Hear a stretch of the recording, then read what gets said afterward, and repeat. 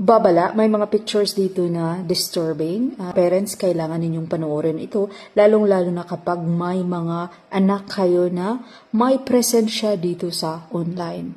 Sino nga ba ang grupo na Maniac Murder Cult or MKY? Ito ay isang online cult. Kagaya lang din ng 764, associated silang dalawa.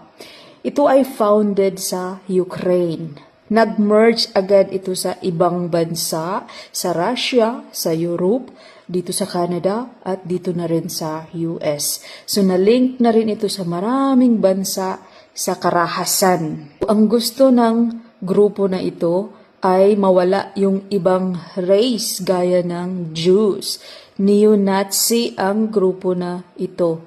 Also, they just want to spread violence, chaos. Satanic ang grupo na ito. Parents, makinig kayo. Nagre-recruit sila sa mga online gaming platform gaya ng Roblox, Discord, at saka mga chat platforms. Doon sila nagre-recruit. Commander ng kulto na ito ay nagsusulat ng libro at mga tips kung paano gagawin yung mga satanic na gawain na gusto niyang ipagawa doon sa kanyang mga na-recruit na mga kabataan. Guess what? Nagre-recruit sila sa buong mundo.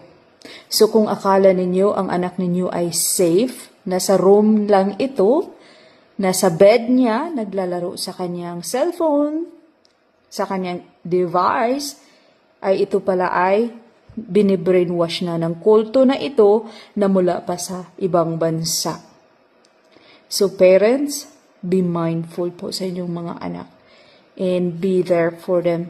Yung kanilang commander ay nahuli na, but as what I said, marami itong mga na-recruit sa iba't ibang bansa.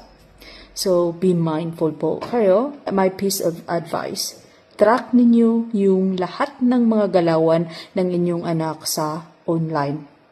Para alam ninyo kung anong website sila pumupunta at sino ang kinakausap nila. Kung ako sa inyo, bigyan nyo lang sila ng device when they have to. Gaya ng paggagawa ng homework. Pagre-research, yun lang. But aside of that, they're not supposed or they're not allowed to. In my book, let them go outside and find a real friend. Iba na ang